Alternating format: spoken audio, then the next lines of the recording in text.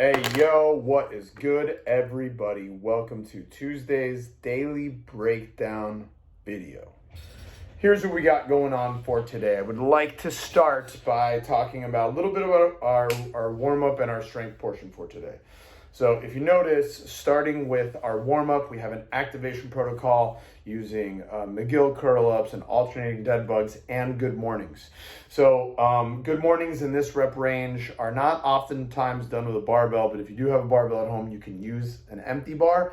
If you don't have a bar, you're fine. You could do body weight good mornings. You can do banded good mornings. One of my favorite style of good morning is good mornings with one of my heels on the wall, focusing on pushing my hip back.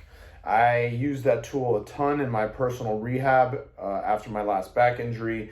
I use them often to try to repattern and teach people how to hinge properly and not hinge using their back, but hinge using their hips. Because a proper hip hinge is a hip loaded posterior dominant glute lower back dominant hinge and not a back exercise. Oftentimes when we hear about deadlift, we think back, back, back.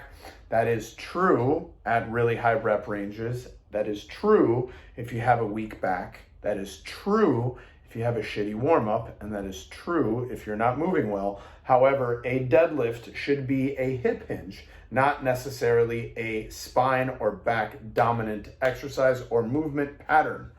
So for that reason, putting your intention into these warm-ups,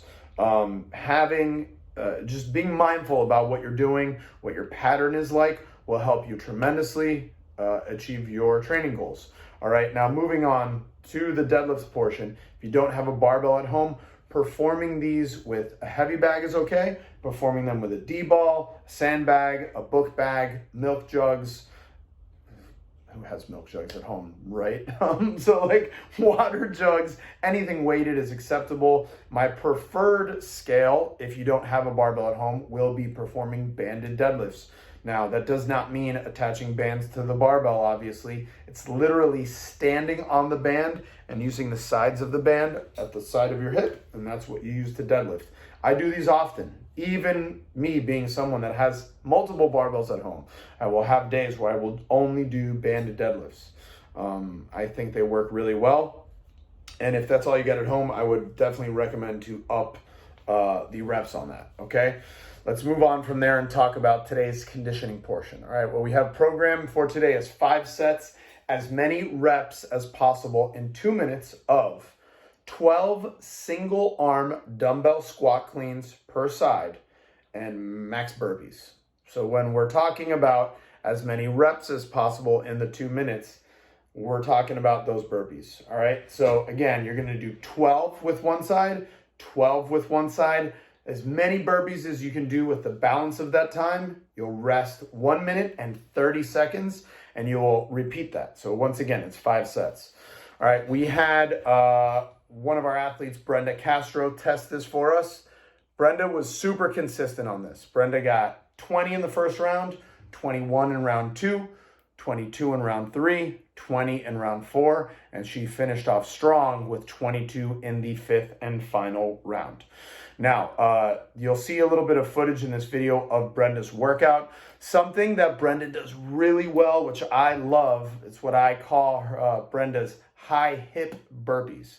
Now, if you have a strong and enduring back, doing these high hip burpees that you'll see Brenda do will work for you really well. If it's the first time that you've done them, you can kind of mess with them a little bit just to kind of determine if you like that movement pattern or not. But it's something interesting and it's something to play with. So traditionally, when we see people jump up from the bottom to the top of the burpee, they tend to load the quads a lot more. And you'll notice in Brenda's video, Brenda has this like foot slide high hip thing going on. And I think it works really well for her historically. Workouts with high rep burpees, she's always thrived in that. And really, she does not have like the best aerobic base.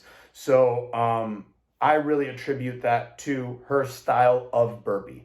Now, also that you'll notice, which we talked about in a workout 2 weeks ago, On Brenda's single arm dumbbell hang squat cleans, she leaves her hip pretty damn high as well. That's something that I would recommend the rest of you guys focus on having more of a hip dominant squat clean than what Brenda does.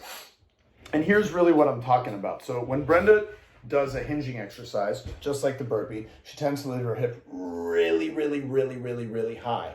That's okay on the burpees. What I would rather you guys do is drop your hips just a little bit, so you're focusing more on the proper hip hinge rather than leaving the hip, the butt so high.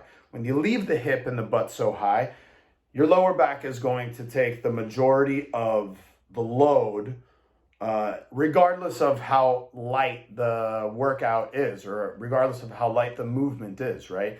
And for this workout, it's meant to be pretty light. So it's a lot of repetitions, and that is going to be a lot of load on your back. Suggested weights for the dumbbells are 50 and 35 pounds. When you're picking this, you definitely want to pick a weight that you can move very fast, do them unbroken each side without having to stop. So if you have a variety of dumbbells at home, or you're thinking about what piece of equipment you're going to use, that is the intention, is doing those 12 without stopping and being able to move through them pretty damn quickly, okay? Another thing about the clean, it's very easy when you're doing a dumbbell clean, whether it's with 1 or 2 dumbbells, to turn them into like a kind of a sloppy bicep curl. And that's naturally going to happen when you're doing this. So if you watch a video, you video yourself, don't beat yourself up if they all look like bicep curls. However, I want you guys to think a ton about your hip, and this should be a very hip dominant exercise. All right, the last thing we'll talk about is what your resting position should look like.